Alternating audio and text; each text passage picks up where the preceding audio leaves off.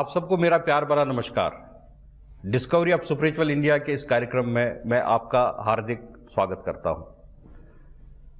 आज हम ये कार्यक्रम हरिद्वार की पावन धरती से एक बार फिर कर रहे हैं और आज हमारे साथ आचार्य महामंडलेश्वर जूना अखाड़ा स्वामी अवधेशानंद गिरी जी महाराज के साथ ये कार्यक्रम होगा। महाराज श्री हमारे चैनल के द्वारा आप सबको ज्ञान बांटेंगे और मुझे पूरा विश्वास है कि आप सबकी भ्रांतियां दूर होंगी और आपको एक नए आयाम, नए मार्ग का भी सहारा मिलेगा आगे फ्यूचर में जाने के लिए। सबसे पहले कार्यक्रम शुरू करने से पहले हम स्वामी जी का अभिनंदन करते हैं, हार्दिक स्वागत करते हैं और धन्यवाद भी देना चाहते हैं कि उन्होंने अपना बहुमूल्य समय निकाल कर हमारे साथ में आज इस चर्चा में भाग लेने के लिए उन्होंने हाँ कही। महाराज जी आपका बहुत बहुत बहुत मेरा धन्यवाद है और मैं आपका हार्दिक अभिनंदन करता हूँ। महाराज जी प्रोग्राम शुरू करने से पहले बस हम ये इतना सिर्फ जानना चाहते हैं कि आप इस क्षेत्र में कैसे आए। आप बचपन में हमने सुना कि 2.5 साल के एज में ही आपकी रुचि थी, आपको पूर्ण जन्म के भी बहुत सारे आपके विचार आते थे और आपके इसमें इंटरेस्ट था स्पिरिचुअल फील्ड में। तो हमारे दर्शकों को थोड़ा बहुत मैं जानना आपको थोड़ा मैं ये ज्ञान देना चाहता हूँ। संन्यास मार्ग में ये सच है कि मेरे पूर्व के संस्कारों की प्रचंडता अथवा गुरुदेव के अनुग्रह आशीष और या मेरी पूर्व काल की साधना का गतिरोध कारण बने होंगे, पर मैं ऐसा मानता हूँ कि ये सब ईश्वरीय अनुग्रह है। और जब भगवान की असीम कृपा होती है तब व्यक्ति वास्तविकताओं को जानने के लिए अथवा यथार्थ के अनुसंधान के लिए या अस्तित्व के बोध के लिए प्रेरित होता है। मैं ऐसा मानता हूँ ये सब ईश्वरीय कृपा है।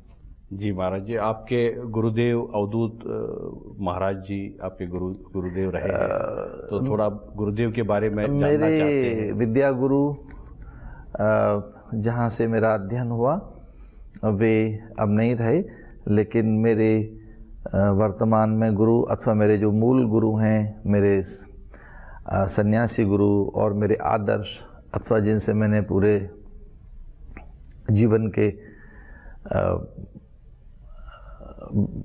अद्भुत अनुभव लिए हैं, वे निवर्तमान शंकराचार्य भारत माता मंदिर के संस्थापक और समन्वय मंत्र के संवाहक पूज्य प्रातस्मरणीय सत्यमित्रानंद गिरी जी महाराज हैं और वियति परंपरा के श्रेष्ठतम संत हैं। वे दार्शनिक, मनीषी, अद्भुत सुधारक और एक समर्थ लेखक हैं। उन्होंने गिरिवासी वनवासी बंधुओं को गले लगाया है। उनके आसपास में एक समता है, शील है, सदाचार है। मैं ऐसा मानता हूँ कि चिंतन की शुद्धता, चरित्र की उच्चता, आचरण की पारदर्शिता तो वहाँ है ही, पर जितने भी दैवीय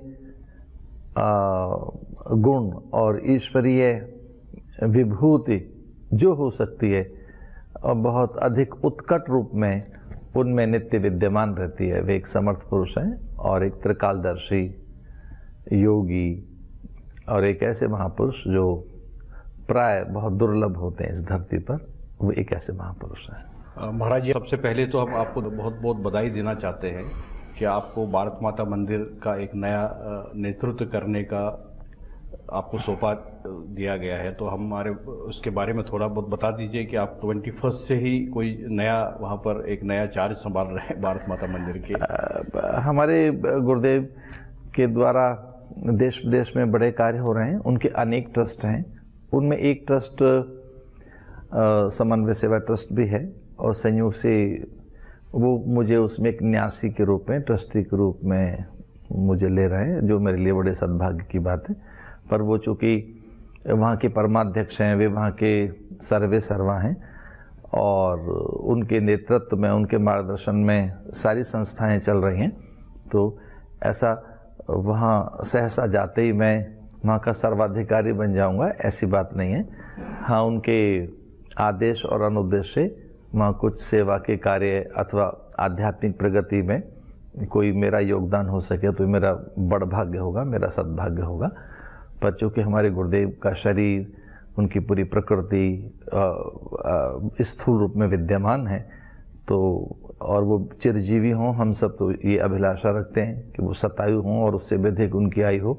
तो जब तक पूज्य गुरुदेव विद्यमान हैं, उनके नेतृत्व में बहुत सी संस्थाएं गतिशील हैं, क्रियाशील हैं और वो लोक कल्याणकारी योजनाओं में बड़ी सक्रिय भी हैं। उनमें एक आंशिक भागीदारी मेरी भी रह सकेगी उनके आशीष से, ये एक बड़ भाग्य है मेरा। गुरुदेव, एक बहुत बड़ी चिंता है समाज में भी, जो थिंकर्स है, स्पिरिचुअल गुरु है, उनकी भी एक बहुत बड़ी चिंता है कि आज जो सनातन धर्म है वो बहुत हद तक पल्यूट हो चुका है। अब उसके फॉलोअर्स भी कम रहे हैं और नई नई भ्रांतियाँ भी पूरे विश्व में पैदा हो रही है। पूरा विश्व धर्म के आधार पर बंट रहा है, हिंदू है, मुसलमान है, सिख है, ईसाई है, जैन है। तो इस तरीके से अलग अलग नए नए धर्म बन गए हैं और सनातन धर्म जो था, सनातन धर्म की जो पद्धति थी वो अब कम इम्प्लीमेंट हो रही है। तो जैसे 2-3 चिंताएं हैं महाराज जी हमारी। एक तो ये जो नए नए मंदिर बन रहे हैं वो भी सड़क के किनारे पर, इन जगहों पर छोटे छोटे मंदिर बनाए जा रहे हैं। शनि की मूर्ति रखते हैं, बजरंगबली की मूर्ति रखते हैं, सड़कों पर रख रहे हैं। प्रोडक्ट्स में फोटो चित्र छाप देते हैं, जैसे घी के टीन पर भगवान शिव का फोटो छाप दिया, किसी प्रोडक्ट पर उन्होंने साबुन पर बजरंगबली का छाप दिया। इस तरीके से भी लोग करने लगे हैं, कैलेंडरों में छाप देते हैं। तो उससे हमारा जो मान सम्मान है हमारे देवताओं का, वो भी हमें बाकी को थोड़ा सा ठेस पहुंचती है। एक ये कंसर्न है मंदिरों का। दूसरा कंसर्न है कि आज स्वयंभू संत महात्मा बन रहे हैं, वो किसी पद्धति से नहीं आते हैं, किसी गुरु परंपरा से नहीं आते हैं, उन्होंने बहुत सब सालों से तपस्या नहीं की होती है, खुद ही सेल्फ स्टाइल गुरु बनते हैं और उसके बाद में लोगों को भी भ्रमित करते हैं और हमारे सनातन धर्म की छवि भी खराब करते हैं।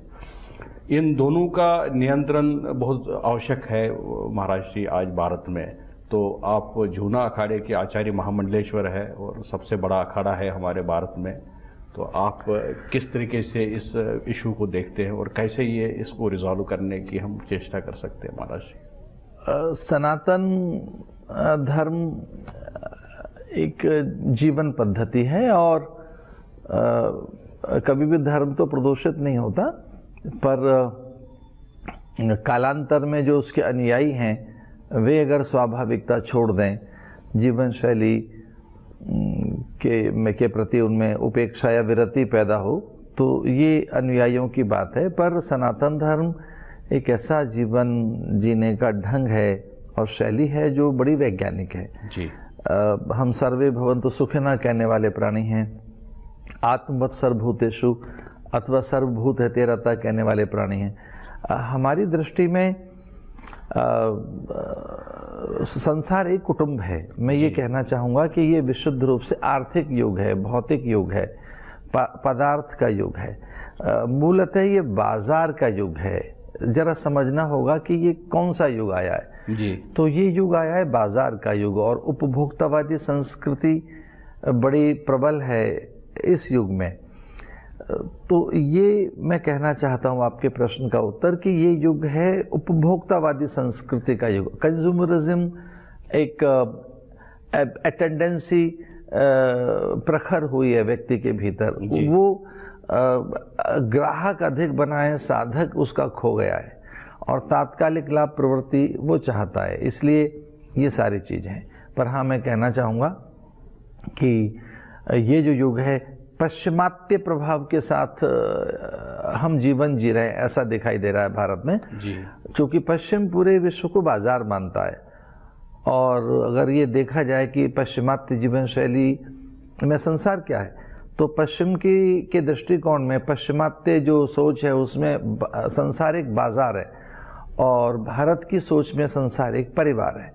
तो जब व्यक्ति बाजार की बात करता है तब उसे उत्पाद दिखाई देते हैं और उन उत्पादों में वो अधिक लाभ लेना चाहता है। वो प्रतिमाओं की बात हो, प्रतीकों की बात हो, सनातन बिंब की बात हो, या वो इस तरह से सनातन संवेदनाओं को बहुत सतही हम देख रहे हैं, तो एक बाजार का कारण है, ये उपभोक्तावादी संस्कृति का कारण है और ये पाश्चिमात्य एक प्रभाव है। पर मैं ये कहना चाहूँगा कि तात्कालिक तौर पर इससे दिखता है कि कोई भावनाएं आहत हो रही हैं, पर हमारा धर्म बड़ा विशाल है, वो इतना सर्वव्यापक है कि वो कोई किसी पुस्तक पर आधारित नहीं है, किसी व्यक्ति पर आधारित नहीं है, या कि वो किसी केवल एक मंत्र पर आधारित नहीं है, केवल एक ग्रंथ पर आधारित नहीं है। वो सार्वभौम है, शाश्वत है, समीचीन है, प्रत्येक संदर्भ में नूतन है, और वो सनातन इसलिए है कि न उसका कोई आदि है न कोई अंत है। और उसकी सबसे बड़ी विशेषता मैं बताना चाहूँगा कि वो ये कहता है कि हमें जो अच्छा नहीं लगता वो दूसरों के साथ न करें, आत्मन प्रतिकूलानि परेशान न समाचरित। तो जो इतना उदार हो कि जो किसी को कष्ट नहीं देना चाहता है, या जो परदारा मात्रवत कहकर नारी का सम्मान करना चाहता है, जो नन्हे नन्हे धूल कणों में, मृद कणों में लक्ष्मी को ढूंढता हो, या हर गोल मटोल कंकर में शंकर को मानता हो, या कि जो प्रत्येक दिशा अंबर अग्नि जल वायु निहारिका और नक्षत्र में ईश्वर की उपस्थिति अनुभव करता हो, तो वो तो कभी पॉल्यूटेड नहीं हो सकता, क्योंकि वो बड़ा व्यापक धर्म है। पर हाँ, ये सच है कि ये जो कि उपभोक्तावादी संस्कृति का युग है, तो इसमें कुछ क्षरण जैसा दिख रहा है।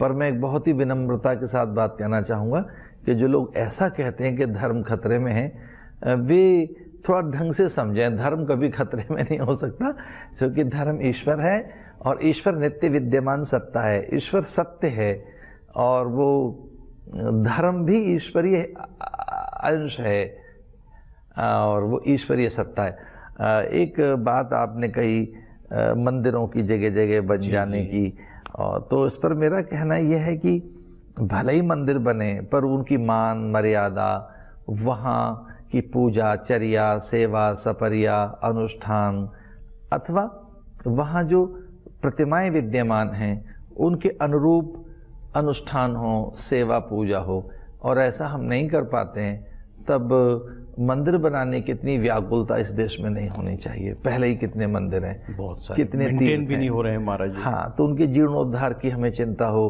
घाटों की चिंता हो, ये देश की नदियों की चिंता हो, देश की यहाँ सबसे बड़ी बात तो है कि ये पूरा देश ही मंदिर है। अगर कोई मुझसे पूछे ये भारत क्या है, तो पूरा भारत ही मंदिर है। तो अपने देश के पर्यावरण को, यहाँ के उद्यानों को, गिरिकंदराओं को, यहाँ की भूमि को, यहाँ की भूमि को उर्वरा की चिंता हम कर लें। अगर ये भारत माँ है तो ये वंध्या होती जा रही है, ऊसर होती जा रही है जी। इसकी उर्वरा की चिंता करें। यहाँ की नदियों की हमें बहुत अधिक तत्परता के साथ उनकी संरक्षा करनी होगी, उनके संरक्षण के लिए हमें तैयार होना होगा। आप बड़े अच्छे प्रश्न कर रहे हैं, धन्यवाद जी। और जो संत महात्मा महाराज श्री, उनका नियंत्रण कैसे, कुछ रेगुलेटरी बॉडी बनानी चाहिए हमें नेशनल लेवल पर, जहाँ पर जैसे काशी विद्वत मंडल था पहले, शंकराचार्य जी का कोई भी वहाँ पर पहले शास्त्रार्थ होता था, उसके बाद उनको बहुत कालखंड में, पीछे के किसी कालखंड में तो ऐसा था ही, उसे रेगुलेटरी बोर्ड न भी कहें तो विद्युत परिषद का अंकुश हो। और जो स्वयंभू लोग हैं इस देश में बड़े घूम रहे हैं, और उनके कंट्रोल कैसे होगा महाराज? हमें कंट्रोल तो कहीं करना पड़ेगा। आप तो अखाड़ों में से सबसे बड़े अखाड़े के आचार्य महामंडलेश्वर इस विषय में बहुत अधिक चर्चाएं हुई हैं जी, चिंतन हुआ है, पर देश इतना विशाल है, आस्था से भरा हुआ देश है। इस देश में इतनी आस्था है, जो पेड़ों को पूजता हो, जो पत्तों की पूजा, हाँ, दूर्वांकुरों की पूजा करता हो, तो व्यक्ति पूजक है इस देश का, आस्था से भरा हुआ है। व्यक्ति के अंदर इतनी श्रद्धा है कि वे किसी भी धर्म प्रतीक को देखकर बस न्यौछावर हो जाता है।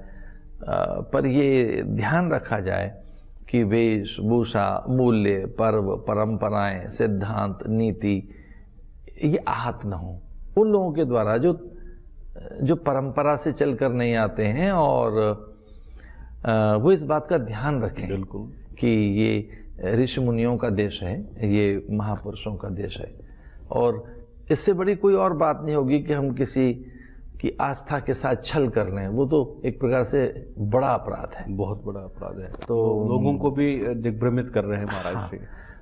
इससे हमने सर्वे किया महाराज श्री, जो लोगों का जो झुकाव है, जो उनका फेथ है, वो कम क्यों हो रहा है? क्योंकि उनको ये लग रहा है कि सभी संत ऐसे ही होंगे, सारे मंदिर ऐसे ही होंगे, एक व्यक्ति गलत करेगा तो उनको लगता है पूरा सारा ऐसे ही होगा, इसलिए आहिस्ता आहिस्ता उन पर भरोसा कम हो रहा है। समाज में जागरूकता आएगी तो स्वाभाविक है कि वे अधिक समझ सकेंगे कि सही चीज़ क्या है। महाराज कुछ तो हमें स्टेप्स लेने पड़ेंगे, जैसे पहले साधु लाभ मैंने सुना है कुछ था भारत में 1947 के आसपास में, तो वो पूरा वेरिफिकेशन करते थे, हर चीज़ देखते थे, उसके बाद ही वो संन्यास धारण कर सकते थे। पिछले या दिनों अखाड़ों में भी कुछ नियम तो होगा, अखाड़ों में कुछ नियम पिछले होगा। दिनों जब यहाँ कुंभ था जी महाराज, हरिद्वार में 2010 में और उसके बाद 2013 के आरंभ में प्रयाग में, तब अखाड़ा परिषद ने एक प्रकार से ये चेतावनी जैसी दी कि जो स्वयंभू लोग हैं जी जी वे भजन पूजन तो यहाँ करें लेकिन किसी प्रकार के अन्य आडंबर से बचें। तो ये बड़ी बात है कि अखाड़ा परिषद के आह्वान से कुंभ में यहाँ स्वयंभू व्यक्तियों का अभाव दिखा और ये प्रयाग में भी ऐसा था। तो एक बार कोई जो नियंत्रण समिति है या जो उच्च स्तरीय समिति है, उच्चाधिकार प्राप्त समितियां या कुछ बड़े महापुरुषों का एक निवेदन जाए तो वो जो शब्द स्वयंभू आप कह रहे हैं उस पर नियंत्रण किया जा सकता। तो अखाड़ा परिषद का भी, जैसे अखाड़ा परिषद का फोकस सिर्फ महाकुंभ तक ही रहता है महाराज श्री, उसके बाद भी उनको थोड़ा सा वाइडर पर्सपेक्टिव से सोचना पड़ेगा, नेशनल लेवल पर सोचना पड़ेगा। या अभी देखा जा रहा है कि शंकराचार्य में भी हर पीठ पर आप देखिए, हर पीठ में कहीं ना कहीं हम कुछ हो रहा है, दो शंकराचार्य हर पीठ में आपस में कम्पीट कर रहे हैं। तो कुछ तो हो, जो अच्छे अच्छे विचारधारा के संत महापुरुष है हमारे देश में, वेल लर्नड है, वो अगर मिल के कुछ बनाए महाराज। हम लोग इस विषय में निसंदेह चर्चा करेंगे परस्पर बैठकर कि कोई एक नेशनल लेवल की बॉडी, कोई इस तरह का कोई एक पहल हो। बिल्कुल बिल्कुल महाराज जी, जो सार्थक परिणाम लेकर आए। जी जी। तो महाराज जी भी दो टर्म्स है, एक है रिलीजन, एक है स्पिरिचुअलिटी। तो इसमें भी लोगों को थोड़ा बहुत हर बार ये कॉन्फ्लिक्ट रहता है कि रिलीजन क्या है और स्पिरिचुअलिटी क्या है। तो महाराज जी आपके द्वारा देखिए, धर्म अध्यात्म कोई अलग अलग विषय नहीं है। धर्म का अर्थ न तो पंथ है, न संप्रदाय है, न मजहब है। धर्म ईश्वरीय सत्ता है और अध्यात्म हमारा स्वभाव है। अध्यात्म स्वभाव उच्चते। अध्यात्म का अर्थ है जो हमें हमारे स्वभाव की ओर ले आए, सत्य की ओर ले आए, हमारी सत्ता और अस्तित्व की ओर ले आए, जो हमारी निजता है। तो जो हमारी निजता का बोध करा दे उसका नाम अध्यात्म है, और मूलतः स्वभाव में लौटने का नाम अध्यात्म है। तो जब व्यक्ति आध्यात्मिक होता है तब वो अनुशासित भी होता है, परोपकारी भी होता है, वह अत्यंत सभ्य भी होता है, वह दूसरों के अधिकारों के प्रति भी सचेत रहता है। और ये सच है कि आध्यात्मिक व्यक्ति कभी भी किसी के सम्मान और स्वाभिमान को ठेस नहीं पहुंचाता। वो स्वाभाविक रूप से फिर अहिंसक होता ही है। तो आध्यात्मिक होने का अर्थ है एक ऐसा व्यक्ति जिसमें सभी दैवीय गुण विद्यमान हो जाते हैं और उसकी मानवीय संवेदनाएं अत्यंत प्रखर हो जाती है। तो जो मानवीय धरातल पर संवेदनशील है, जो मनुष्य हो गया है, जिसमें मानवीय संवेदनाएं जागृत हो गई हैं, वो प्रत्येक प्राणी के प्रति सचेत रहेगा। तो अध्यात्म का अर्थ है स्वभाव की ओर आना, अपनी सत्ता की ओर आना, अपने स्वरूप की ओर आना। और इसमें एक नई बात ये भी मैं कहना चाहूँगा कि अगर पूरे संसार की एकता और पूरे संसार को एक पारिवारिक दृष्टिकोण से देखना हो या पूरा कुटुंब बनाना हो, तो वो औद्योगिक गलियारे से नहीं होगा, वो उत्पाद के क्षेत्र से नहीं हो सकता, वो किसी राजनीतिक वर्चस्व से नहीं हो सकता, और ना ही वो किसी आर्थिक अथवा राजनीतिक बड़ी नीतियां बनाने से हो सकता है। मुझे बड़ी विनम्रता के साथ ये कहना है कि अगर इस सारे संसार को एकता देनी है तो आध्यात्मिक गलियारे से वो संभव है। महाराज जी के साथ भी ये चर्चा जारी है। हमने सनातन धर्म के बारे में महाराज जी से जाना, हमने रिलीजन और स्पिरिचुअलिटी में क्या डिफरेंस है इसके बारे में जाना, और हम बहुत सारे प्रश्न लेकर बैठे हैं। आपके भी बहुत सारी जिज्ञासाएं हमारे पास आ चुकी है फ़ोन के माध्यम से, ईमेल के माध्यम से। हम भी वो महाराज जी के सामने रखेंगे और आपको पूरा मार्गदर्शन मिलेगा।